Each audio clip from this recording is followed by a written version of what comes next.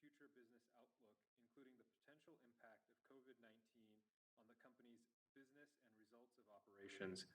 These statements involve risks and uncertainties that may cause actual results or trends to differ materially from our forecast. For more information, please refer to the risk factors discussed in Apple's most recently filed annual report on Form 10-K and the Form 8-K filed with the SEC today, along with the associated press release.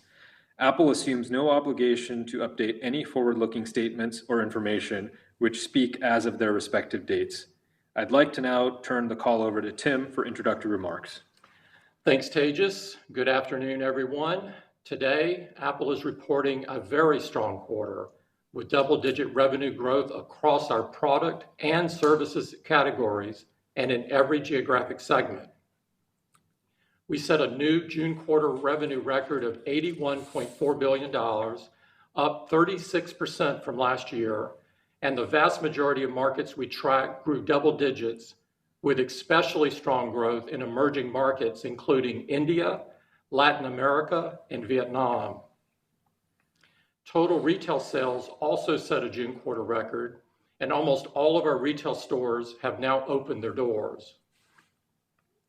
This quarter saw a growing sense of optimism from consumers in the United States and around the world, driving renewed hope for a better future and for all that innovation can make possible. But as the last 18 months have demonstrated many times before, progress made is not progress guaranteed. An uneven recovery to the pandemic and a Delta variant surging in many countries around the world have shown us once again that the road to recovery will be a winding one. In the midst of that enduring adversity, we are especially humbled that our technology has continued to play a key role in keeping our customers connected. Just last month, it was great to be back with our teams and customers for the opening of our newest retail store in Los Angeles, Apple Tower Theater. It was a hopeful reminder of the energy and sense of community shared spaces bring, and how appreciative we all are now of the simple privilege of talking to one another face to face. As we look forward to more in-person interactions in the future, we're doubling down on innovation and doing all we can to help chart a course to a healthier and more equitable world. I'll have more to say about our work in those areas a bit later on. But first, let's turn to our product and services categories. For iPhone, this quarter saw very strong double-digit growth in each geographic segment, and we continue to be heartened by our customers' response to the iPhone 12 lineup. We're only in the early innings of 5G, but already its incredible performance and speed have made a significant impact on how people can get the most out of our technology. Customers love iPhone 12 for its super fast 5G speeds, A14 Bionic chip, and a Dolby Vision camera never seen before in a phone. Users continue to rely on iPad and Mac to work, learn, create, and connect. iPad had its highest June quarter in nearly a decade, while Mac set an all-time June quarter record. We've seen a great response to the new iMac and iPad Pro, both powered by the M1 chip's exceptional speed and power-efficient performance. The iMac's remarkable thin design and vibrant colors have made it a favorite for users everywhere. And the iPad continues to be an incredibly versatile tool in our users' toolbox, inspiring creativity and connection, and keeping us entertained and productive in equal measure. It was another very strong quarter for wearables, home, and accessories, which set a new June quarter record while helping people find more ways to stay entertained, healthy, and connected at home and on the go. Apple Watch remains a go-to choice for users to stay on top of their health and reach their fitness goals. And our newest accessory, AirTag, began shipping to an enthusiastic response from customers, making the Find My network more useful than ever while protecting user privacy. Turning to services, which set a new all-time revenue record as we continue to roll out innovative new features and programming. We're proud to be the recipients of 35 Emmy nominations this year, which speaks to the quality of our programming and an enthusiastic reception from customers and critics alike. Apple TV Plus users are loving series like Mythic Quest and anticipating groundbreaking films like Coda, which premieres next month. And of course, Ted Lasso kicked off season 2 just last week and continues to win over viewers with its heartwarming message about the power of community, compassion, and hope. We also introduced Apple Podcast subscriptions, a global marketplace for users to discover exclusive content and support their favorite creators.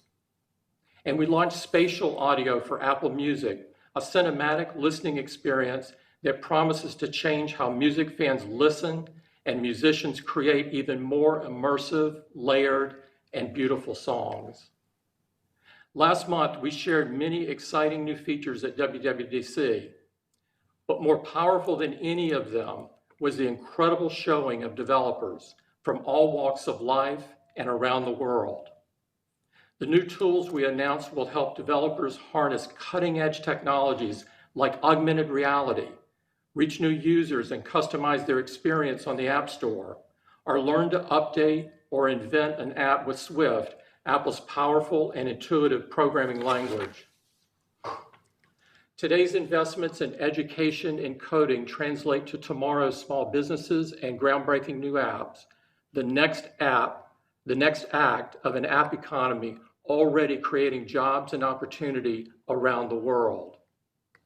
In June, a new study by the Analysis Group found that it was another record year for App Store developers whose combined billings and sales increased by 24% to $643 billion in 2020.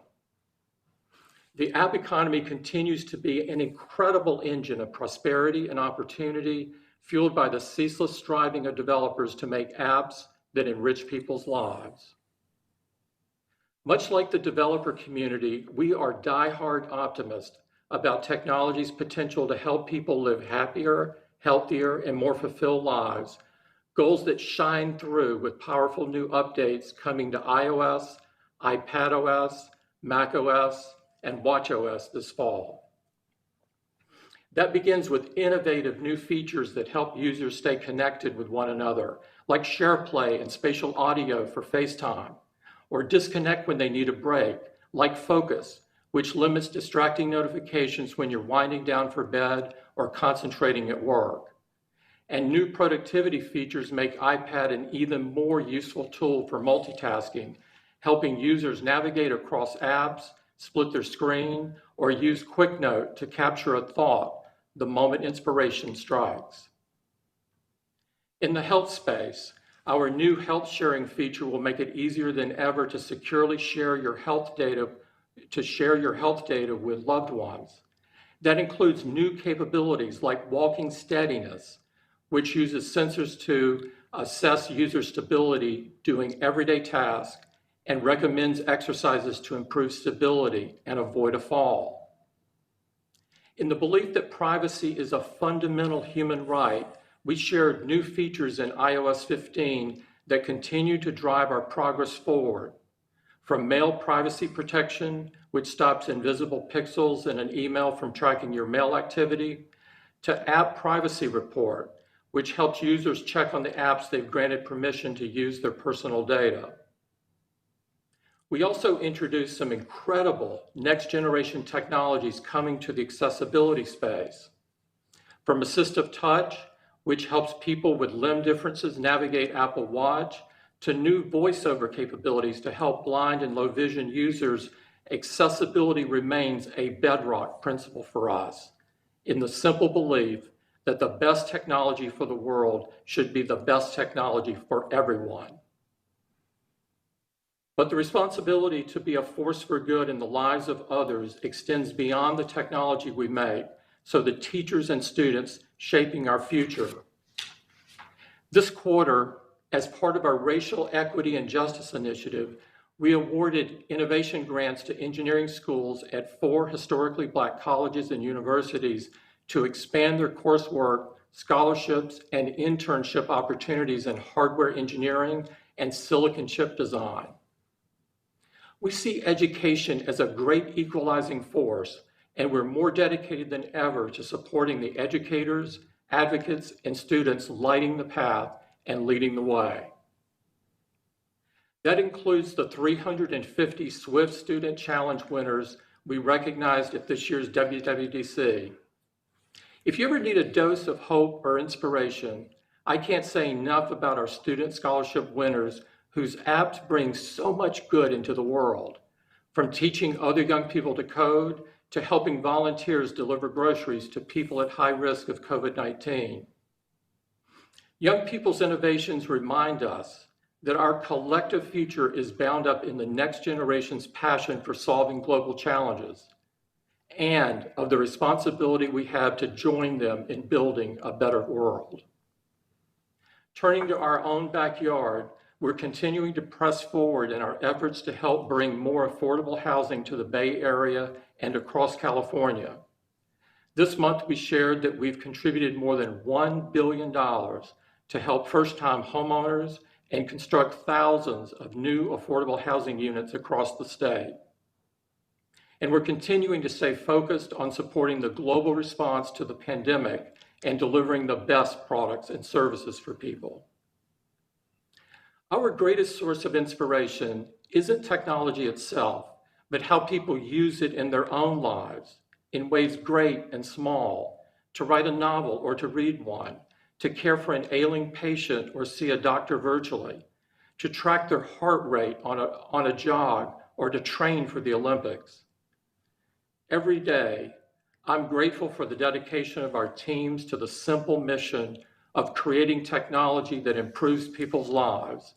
And I want to thank everyone at Apple for the purpose and passion they bring to that mission. With that, I'll hand it over to Luca for a deeper dive on our performance this quarter. Thank you, Tim. Good afternoon, everyone.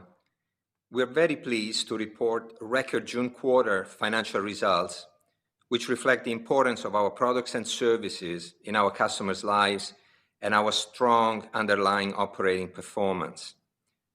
Our revenue reached a June quarter record of $81.4 billion, an increase of nearly $22 billion or 36% from a year ago. We grew double digits in each of our product categories with an all-time record for services and June quarter records for iPhone, Mac, and wearables, home, and accessories. We also set new June quarter records in every geographic segment, with very strong double-digit growth in each one of them. Products revenue was a June quarter record of $63.9 billion, up 37% over a year ago. This level of sales performance, combined with the unmatched loyalty of our customers, drove our installed base of active devices to a new all-time record. Our services set an all-time revenue record of $17.5 billion, up 33% over a year ago, with June quarter records in each geographic segment. Company gross margin was 43.3%, up 80 basis points from last quarter, driven by cost savings and a higher mix of services, partially offset by seasonal loss of leverage. Products gross margin was 36%, down 10 basis points sequentially. A seasonal loss of leverage was almost entirely offset by cost savings. Services gross margin was 69.8%, down 30 basis points sequentially, mainly due to a different mix. Net income of $21.7 billion, diluted earnings per share of $1.30, and operating cash flow of $21.1 billion were all June quarter records by a wide margin. Let me get into more detail for each of our revenue categories. iPhone revenue set a June quarter record of $39.6 billion, growing 50% year over year and exceeding our own expectations as the iPhone 12 family continued to be in very high demand. Performance was consistently strong across the world, and we grew very strong double digits in each geographic segment, setting June quarter records in most markets we track. Our active installed base of iPhones reached a new all-time high thanks to the exceptional loyalty of our customer base and the strength of our ecosystem. In the US, the latest survey of consumers from 451 Research indicates iPhone customer satisfaction of 97% for the iPhone 12 family. Turning to services, as I mentioned, we reached an all-time revenue record of $17.5 billion, with all-time records for cloud services, music, video, advertising, and payment services, and June quarter records for the App Store and Apple Care. Our newer service offerings, Apple TV Plus, Apple Arcade, Apple News Plus, Apple Card, Apple Fitness Plus, as well as the Apple One bundle, continue to scale across users, content, and features, and are contributing to overall services growth. The key drivers for our services business all continue to move in the right direction. First, our installed base of devices reached an all-time high across each geographic segment. Second, the number of both transacting and paid accounts on our digital content stores reached a new all-time high during the June quarter in each geographic segment, and paid accounts increased double digits. Third, paid subscriptions continue to show strong growth. We now have more than 700 million paid subscriptions across the services on our platform, which is up more than 150 million from last year and nearly 4 times the number of paid subscriptions we had only 4 years ago. And finally, we're adding new services that we think our customers will love, while also continuing the quality of our current services offerings. For example, during WWDC in June, we previewed our new iCloud Plus and Apple Wallet features, which we believe will create a more secure and differentiated customer experience. Wearables, home, and accessories grew 36% year over year to $8.8 billion, setting new June quarter revenue records in every geographic segment. We continue to improve and expand our product offerings in this category. This quarter, we began shipping our new Apple TV 4K with a redesigned Siri remote and our brand new AirTags, and the customer response to both products has been very strong. In addition to its outstanding sales performance globally, Apple Watch continues to extend its reach, with nearly 75% of the customers purchasing Apple Watch during the quarter being new to the product. For Mac, despite supply constraints, we set a June quarter record of $8.2 billion, up 16% over last year, with June quarter revenue records in most markets we track around the world. It is remarkable that the last 4 quarters for Mac have been its best 4 quarters ever. This exceptional level of sales success has been driven by the very enthusiastic customer response to our new Macs powered by the M1 chip, which we most recently brought to our newly redesigned iMac. iPad performance was also strong, with revenue of $7.4 billion, up 12% in spite of significant supply constraints. During the quarter, we also started shipping our new iPad Pro powered by the M1 chip, and customer response has been outstanding. Both iPad and Mac have taken computing to the next level, and when you combine their performance over the last 12 months, they're now the size of a Fortune 50 business, thanks to the best product lineups we've ever had, very high levels of customer satisfaction, and a loyal growing install base. In fact, around half of the customers purchasing Mac and iPad during the quarter were new to that product, and in most recent surveys of US consumers from 451 Research, customer satisfaction was 92% for Mac and 95% for iPad. In enterprise, our customers are excited about the superior performance, battery life, and security that the new M1 Macs bring. MassMutual, for example, is offering M1 MacBook Pro to all of its employees and equipping all conference rooms with M1 Mac Minis in preparation for return to work.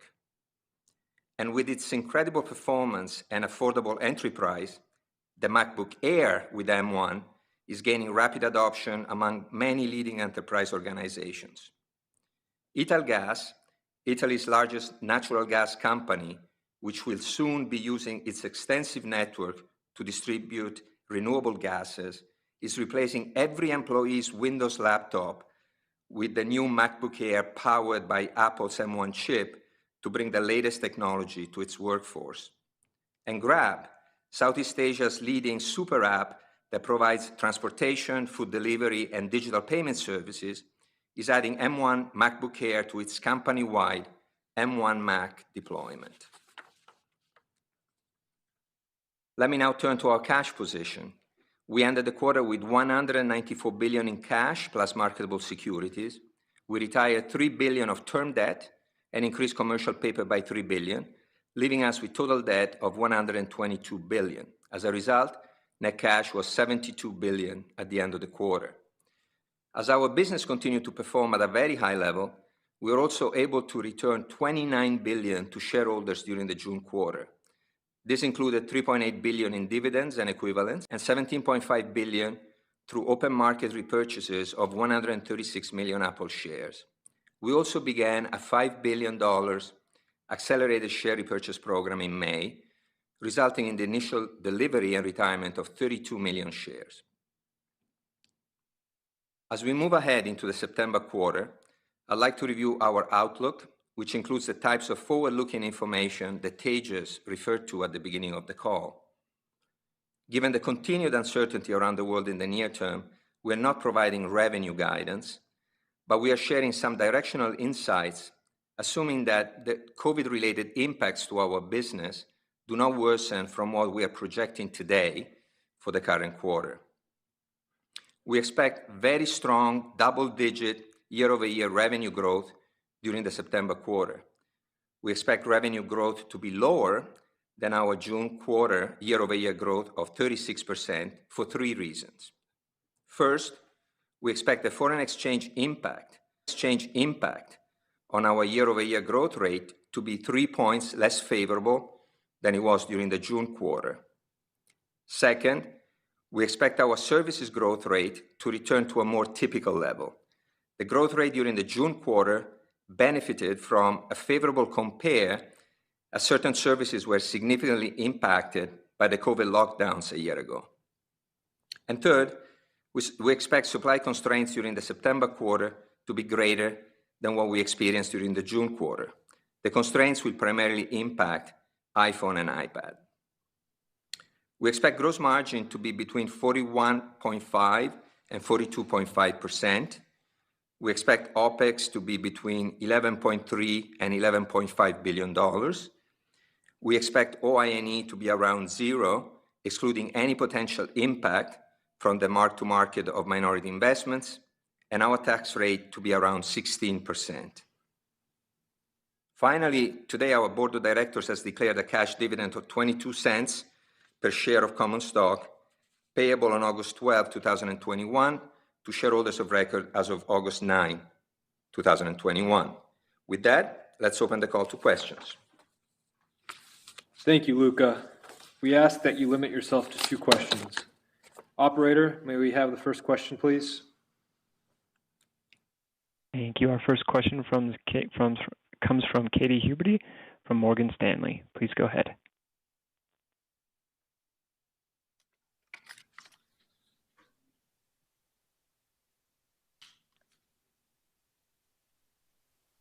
Hello, Katy, your line is open. Please check your mute function.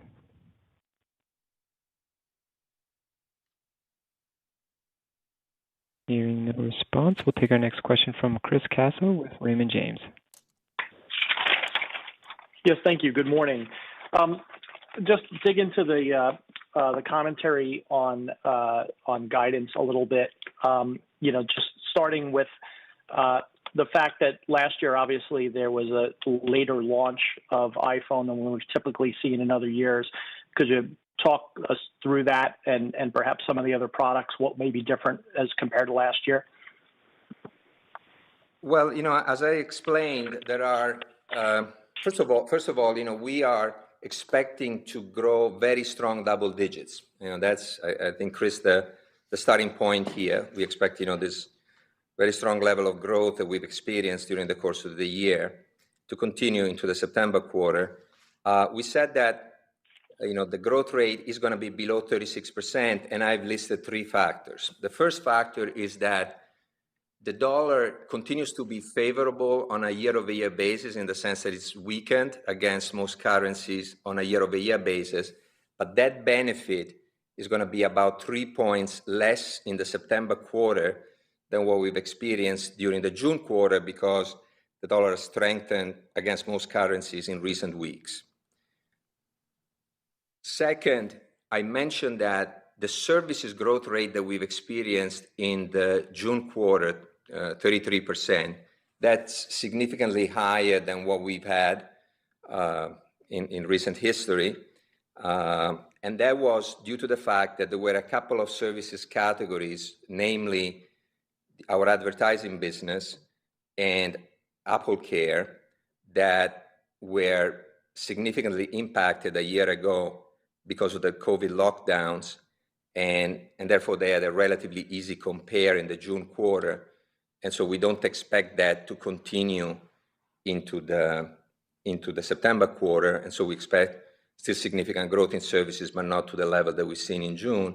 And then I mentioned that the supply constraints that we've seen in the June quarter will be higher during the September quarter. Back in when we talked here 3 months ago, we said that we were expecting supply constraints for the June quarter between $3 and $4 billion to affect primarily iPad and Mac. We were able to mitigate some of those constraints during the June quarter, and so we came in at a number that was slightly below the low end of that range that we had quoted at the beginning of the quarter, but we expect that number to be higher for the September quarter. And so when you put all that together, again, very strong double-digit growth for September with these caveats that I just mentioned. And thank you. If I could follow up with regard to the supply constraints, and do you expect those supply constraints to persist through the December quarter as well? What effect will that have on the holiday selling season? And then in conjunction with that, what additional costs are you absorbing because of these supply constraints? Is that having an effect on gross margins or just product cost in general as you perhaps pay a little more to get more supply? Chris, it's Tim. In terms of the cost, we're paying more for freight than I would like to pay. It's 5:30. But component costs continue in the aggregate to decline. In terms of supply constraints and how long they will last, I don't want to predict that today. We're going to take it sort of one quarter at a time, and we, as you would guess, we'll do everything we can to mitigate whatever set of circumstances we're dealt. And Chris, on the cost side, as I mentioned during my comments, our results for gross margins for the June quarter, 43.3%, we really saw some really nice cost savings during the quarter. And I think you've seen that, we provided guidance of 41.5 to 42.5 for September, which is obviously a level that we are very pleased with. Right. Thank you. Thank you, Chris. Can we have the next question, please? Thank you. We'll take our next question from Jim Suva with Citigroup Investment Research. Please go ahead. Thank you very much, and congratulations to you and your global team for great operations during a challenging time. Tim and Luca, I just have one question, and either of you or both of you could figure out who's best to answer it. But we look at a world of pretty unprecedented, whether it be COVID, the Delta variant, China floods, supply chain components. Just wondering for your R&D and innovation, is it being materially impacted by that, such where a normal cadence is unfair, or is it kind of happening during a slow time of year where you're able to empower people to work remotely and still have the typical innovations and product launches that you've had historically in the past?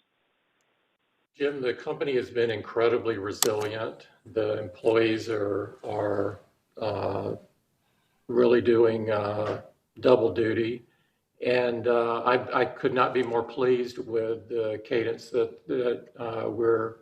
we're coming out with new things. As you can see from the software announcements that we made at WWDC and the corresponding launches of the software that we plan on in the fall, and then all of the products that we've been able to bring out over the last 12 to 18 months, it's amazing.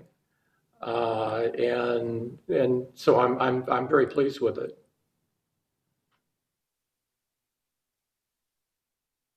Thanks, Jim. Can we have the next question, please? Congratulations again. Thank you. Thank you. We'll take our next question from Shannon Cross with Cross Research. Thank you very much. Tim, I'm curious, what have you learned from this iPhone cycle regarding customer preferences and pricing and maybe, subscriptions and that? And if there's a difference, if you could talk about it on a geographic basis. Thanks. If you look at our results in Q3, Shannon, we had strong double-digit growth for switchers and for upgraders. And in fact, it was our largest upgrade quarter for a Q3 ever.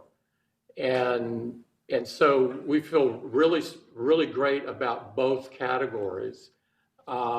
And as Luca kind of said during the preamble, our opening comments, our results are really strong for iPhone around the world. And so it's been a very, very strong cycle. And yet the penetration on 5G is obviously still very, very low. And so we feel really good about the future of the iPhone. Okay, and maybe if you can talk a bit about China, up 58%, where are you seeing the growth? What are you hearing from customers there? Obviously 58% is not sustainable, but how sustainable is the strength? Thank you. It was an incredibly strong quarter.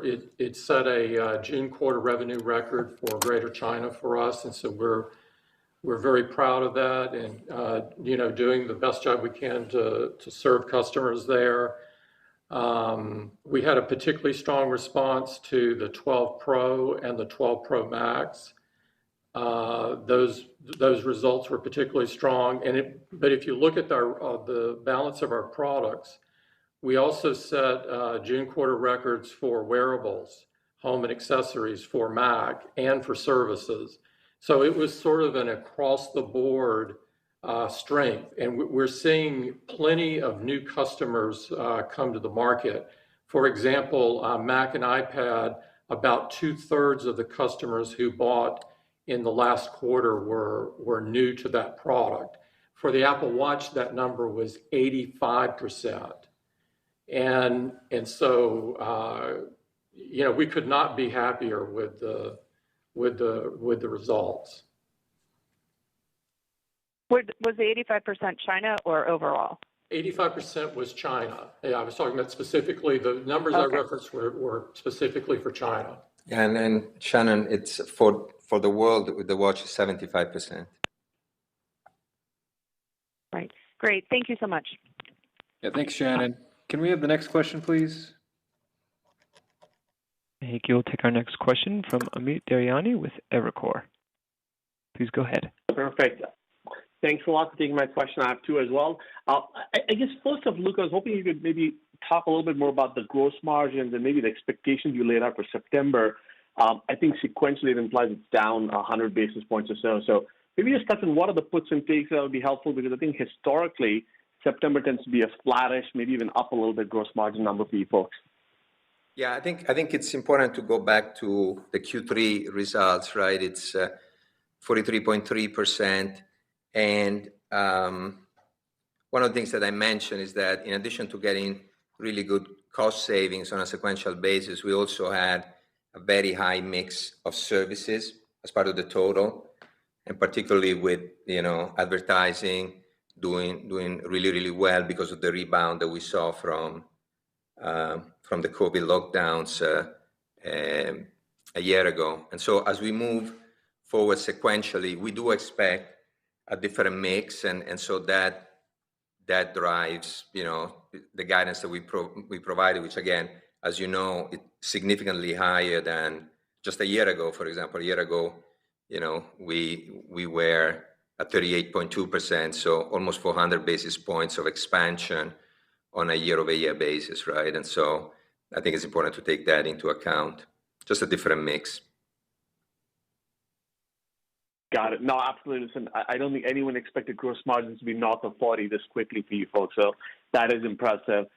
If I could follow up on services, and I know you called out the 33% growth this quarter as a bit of an aberration that compares with easier, but as you look at your services growth rate over the last 4 quarters, let's just say, what do you think is enabling this growth? Is it you are able to have a higher ARPU, more monetization of your install base, or is your install base growing? I'm curious which one's bigger, and then over time, how do you think those two components stack up for you? It's a combination of multiple factors, right? Obviously, the fact that our install base continues to grow and it sets new all-time highs all the time obviously gives us a larger opportunity all the time. And second, we have more and more people that are engaged in our ecosystem, both transacting for free, which is a very large number, and people that are willing to pay for some of the services, and that that percentage of people that are paying for our services continues to grow nicely. I mentioned it grew double digits again this quarter, so that obviously helps on the revenue side. And of course, we continue to increase both the quality and the quantity of the services. As you know, during the last few years, we've launched a lot of new services, from Apple TV Plus to Fitness Plus, Apple Arcade, News Plus, and of course the Apple Card. And so these are businesses that we are scaling right now, and so all that additional revenue helps, and I think it flows through our growth rates. As you said, during the last 4 quarters, we are well into the mid-20s, right? So I think it's obviously very nice for us to see. Perfect. Thank you. Thanks, Amit. Can we have the next question, please? Thank you. We'll hear next from Katy Huberty with Morgan Stanley. Please go ahead. Thank you. Good afternoon. Can you hear me okay? Yes, we can. Okay, good. So first question, there's a debate in the market around how much Apple benefited from the pandemic, given increased spend in areas like Mac and App Store. But of course, you've mentioned over the past several quarters that there are other areas that were limited by the pandemic and store closures and less foot traffic. When you net out all the puts and takes, was your business helped or was it hindered by the pandemic? Well, of course, Katie, we don't have, the crystal ball that tells us exactly what these different, variables, how they impacted our business. We do know that I would say on the positive side of the ledger, obviously, especially during the periods of extreme lockdowns, digital services did very well because entertainment options were limited. And so obviously our digital services did really, really well. Obviously, with more people working from home, more people studying from home, we know that iPad and Mac demand was very, very strong. On the other side, we had certain services like advertising because of the reduced economic activity, Apple Care because our stores were closed, that were affected negatively.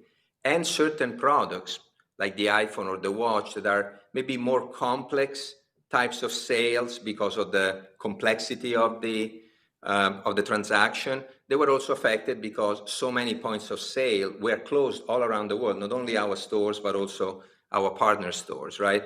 So we had that dynamic during, throughout COVID, and now some of these businesses are rebounding. I mentioned advertising and Apple Care. iPad and Mac, it's difficult for us to gauge because we've been constrained for quite a long period of time. And the reality is that maybe the new normal after we exit COVID may be different from the past. For example, maybe there's going to be hybrid models around work, for example. And so it's difficult to tell you on a net basis what that is. Clearly, and this is very fluid because it tends to change over time. I can certainly tell you that we're all looking forward to a COVID-free world. I think that would be very good for us and for the entire, and for our customers as well. And just to follow up on iPhone specifically, if you look historically after a really strong product cycle, which you've experienced this year with iPhone 12, iPhone revenues come under pressure because the upgrade rate slows, the mix often shifts to the lower end of the portfolio. Is it fair to assume a similar trend will play out over the next year? Or if not, what do you think is different this time? Katie, it's Tim. We're not predicting the next cycle, but I would point out a few things. One is we have a very large and growing install base. As you know, the iPhones passed a billion active devices earlier this year. Two, we have loyal and satisfied customers. The customer sat that we're seeing on the new iPhones is just amazing. It's jaw-dropping. And the geographic response is pervasive across the world. And in the US, we have the top 3 selling models. In the UK, we have 4 out of the top 5. In Australia, we have the top 2. In Japan, we have the top 3. In urban China, we have the top 2. And so the response from customers all around have been great. Obviously, the product itself is amazing. The 12 lineup was a huge leap that introduced 5G and had A14 Bionic and a number of other fantastic features that customers love. The next thing I think to consider is that we're in the very early innings of 5G. If you look at 5G penetration around the world, there's only a couple of countries that are in the double digits yet. And so that's an amazing thing, 9 months or so into this. And the last thing is we're going to continue to deliver great products. We're going to continue to do what we do best, is integrate hardware, software, and services together into an amazing experience. And so those are the things that I would consider if I were coming up with a forecast. That's great color. Thank you. Thanks, Katie. Can we have the next question, please? Thank you. We'll take our next question from Harsh Kumar with Piper Sandler. Yeah, hey guys. First of all, congratulations, fantastic execution. It's resulted in consistency for your results. Tim, this is actually perfect timing for this question. You talked about your install base of 1 billion odd units. I was curious if you could help us understand how old that install base is. And the reason that I'm asking this question is we're clearly seeing people upgrade to 5G phones. And if that's the case and that continues, that could be a larger force than most other forces for your revenues to continue to grow as people migrate to the 5G family of phones. So I was curious if we could shed light on how the upgrades are happening and then also how old that base is. Yeah, what I would tell you is, first of all, it's difficult to answer your question precisely. But what I would tell you is on both switchers and upgraders, we did extremely well in Q3. Both were up strong double digits. And the geographic representation of iPhone year-over-year comps looks extremely well, and so we're really pleased with it. I would remind you that the billion number that I quoted also was iPhone, where we quoted a number earlier in the year in the January call, I believe, of 1.65 billion devices is the total active devices, just for clarification. And so the net is very strong switchers, very strong upgraders, best upgrade quarter for the June quarter, that we've seen. And we feel really great about the momentum. But at the same time, we recognize that the 5G penetration is quite low around the world, and very, very, very low. We're at the front end of this. Fair enough. For my follow-up, Apple's probably one of the largest semiconductor companies in the world. How does Apple determine what's strategic and something that Apple wants to make itself versus non-strategic? And also, I was curious, there's a lot of, it's public news now that ARM is getting acquired by NVIDIA, and I was curious how Apple views that. Is that something that's beneficial to Apple, or not meaningful or negative? Well, I think that that acquisition has lots of questions that people are asking, and I'll sort of leave that up to everyone else. And in terms of us and how we decide to make silicon, we ask ourselves if we can do something better, if we can deliver a better product, if we can buy something in the market and it's great and it's as good as what we could do, we're going to buy it. We'll only enter where we believe we have a ability to do something better and therefore make a better product for the user. And so the M1 is a great example of that. We have the ability within our silicon team to deliver a product that we feel is appreciably better than we could buy. And so we've taken our great hardware and software expertise and combined those and have brought the M1 out. And the response to the M1 has been unbelievable. It's powering Mac sales that are constrained. It's powering now iPad, which also has constraints on it.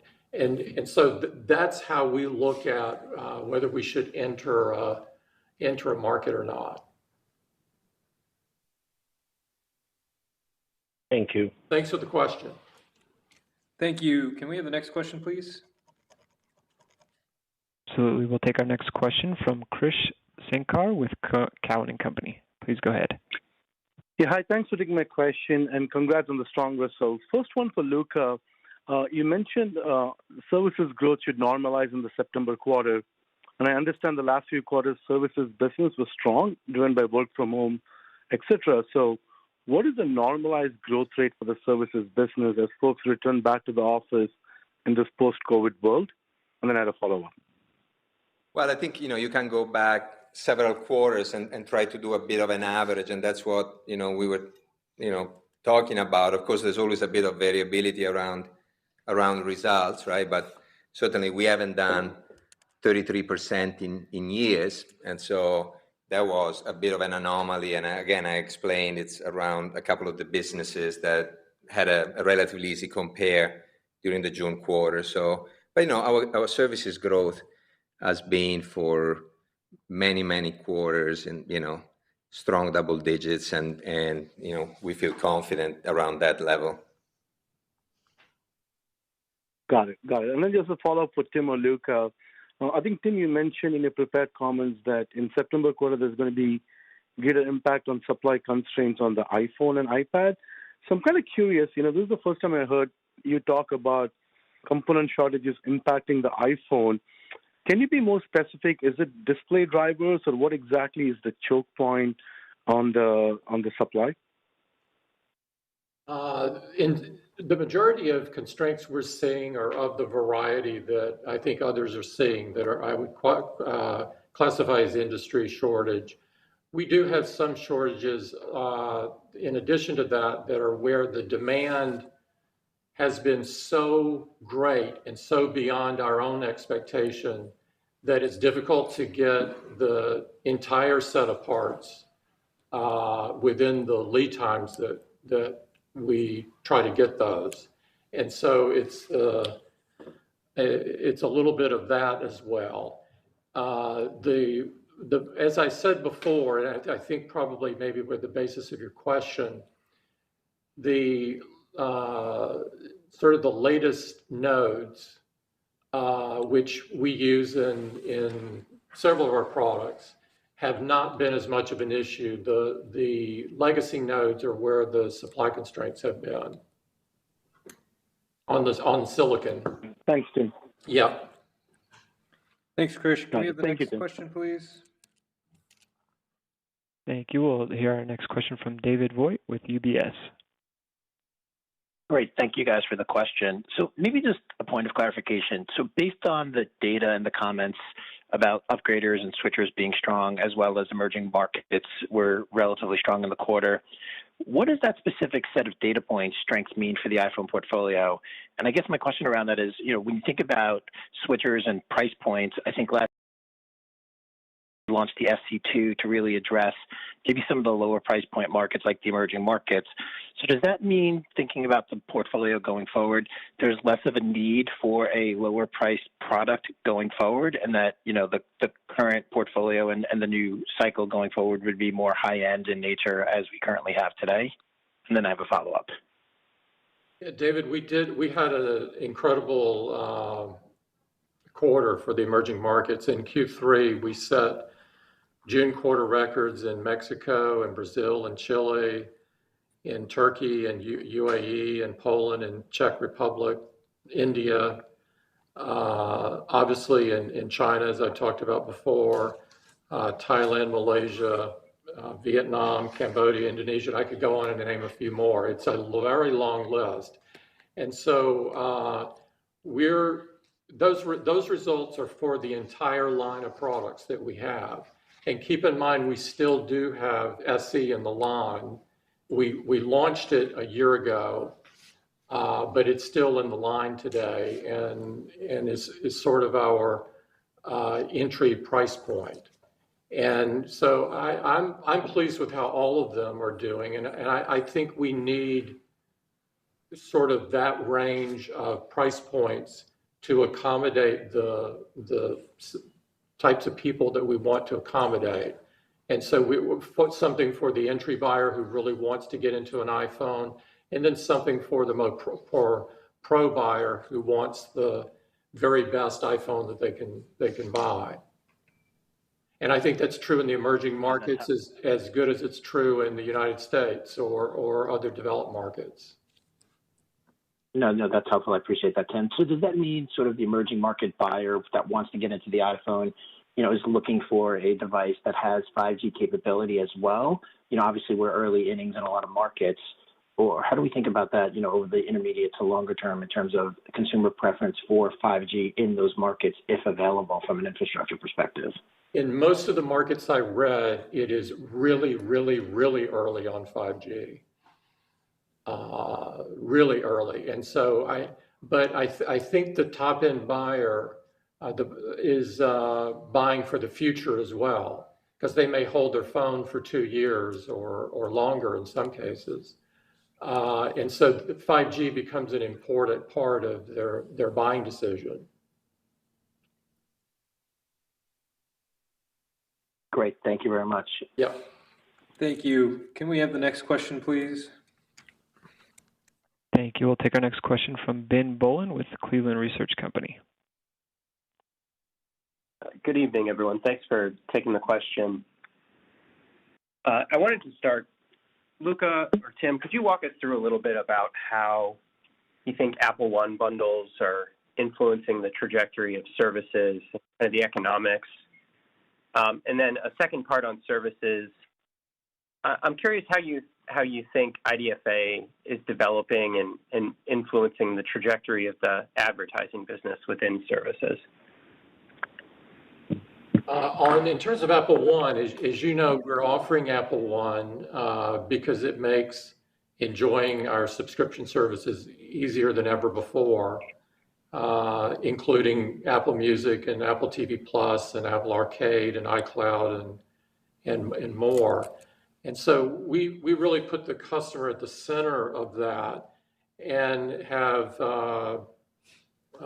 recently begun to remind people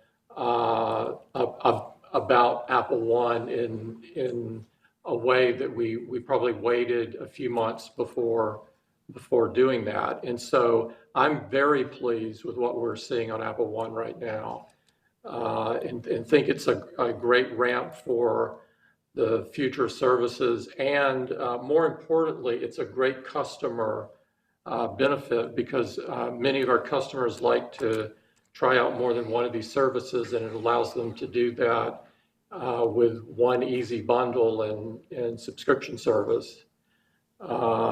In terms of IDFA or the advertising in general, I take it your question is about ATT. With ATT, we've been getting quite a bit of customer reaction, positive reaction to being able to make the decision on a transparent basis about whether to be tracked or not. And it seems to be going very well from a user point of view.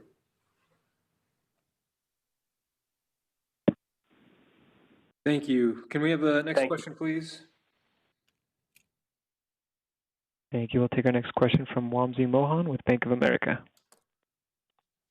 Yes, thank you. I have two as well. To begin with, Luca, you noted significant product revenue deleverage, but yet your product gross margins were roughly flat. You noted cost savings. Can you maybe talk about whether these are tactical in nature or more structural, like vertical integration that'll continue to drive benefits to product gross margins? And on services side, you noted several times about the strength in ad growth, which is obviously very high margin contributor, but the sequential trajectory on services margins was flat. So what were some of the offsets there? And I have a follow-up for Tim. Yeah. On the product side, I talked about cost savings. Tim mentioned that, maybe on the freight side, we're seeing some level of cost pressure that is a bit, out of the norm at this point in the cycle. For everything else, for all the major commodities and components, we continue to see a very typical cycle where we are getting good cost savings on a sequential basis. And so far, it's been, a very good, as you can tell from the absolute level of gross margins, because on the product side, we're up more than 600 basis points on a year-over-year basis. So it feels something that we've been able to accomplish, and we're able to maintain, at least in the near term, nothing that was abnormal during the quarter or a one-off in nature. It was pretty structural. On the services side, again, up a lot on a year-over-year basis. So, the baseline has gone up a lot. The sequential decline, as you said, it was very, very small. It's 6 o'clock. As I mentioned several times in the past, we have a very large services portfolio with very different margin profiles in our services. And so even a slight change in mix can drive some sequential differences. And this was the case this quarter, just a different mix. I mentioned, for example, that Apple Care has rebounded. And so those, the relative success of our services in the marketplace can drive some slight changes in gross margins. Again, step back for a second, 69.8% gross margin. We're very, very, very happy with where we are with the services margin trajectory. Okay, thanks, Luca. And Tim, there is increasing regulatory focus in China, in particular, on some of the Chinese companies. It's not a direct impact of Apple, but how should investors handicap the indirect impact, given some of these companies are pretty large contributors to Apple's App Store revenues? And also, are you seeing any impact at all from these? And is the limiting of the usage of some of these apps influencing how people are either interacting with your devices, or is there any other ancillary impact that you're seeing? Thank you. Well, for the quarter, as you can see, we grew 58%, so it was a strong quarter, and embedded in that was a quarterly record for services, which includes the App Store. And so we're seeing strength in China. The economy has really bounced back there fairly quickly from COVID. In terms of the regulatory focus, what we are focusing on from our angle is to serve users there and try to make sure that they're very satisfied with the products and the services that we're showing. And we work with a lot of different companies to ensure that. And so that's our focus. Thanks, Tim. Thank you, Wamsi. A replay of today's call will be available for 2 weeks on Apple Podcasts, as a webcast on apple.com/investor, and via telephone. The numbers for the telephone replay are 888-203-1112 or 719-457-0820. Please enter confirmation code 9766068. These replays will be available by approximately 5 p.m. Pacific Time today. Members of the press with additional questions can contact Josh Rosenstock at 408-862-1142. Financial analysts can contact me with additional questions at 669-227-2402. Thank you again for joining us. Thank you. That does conclude today's conference.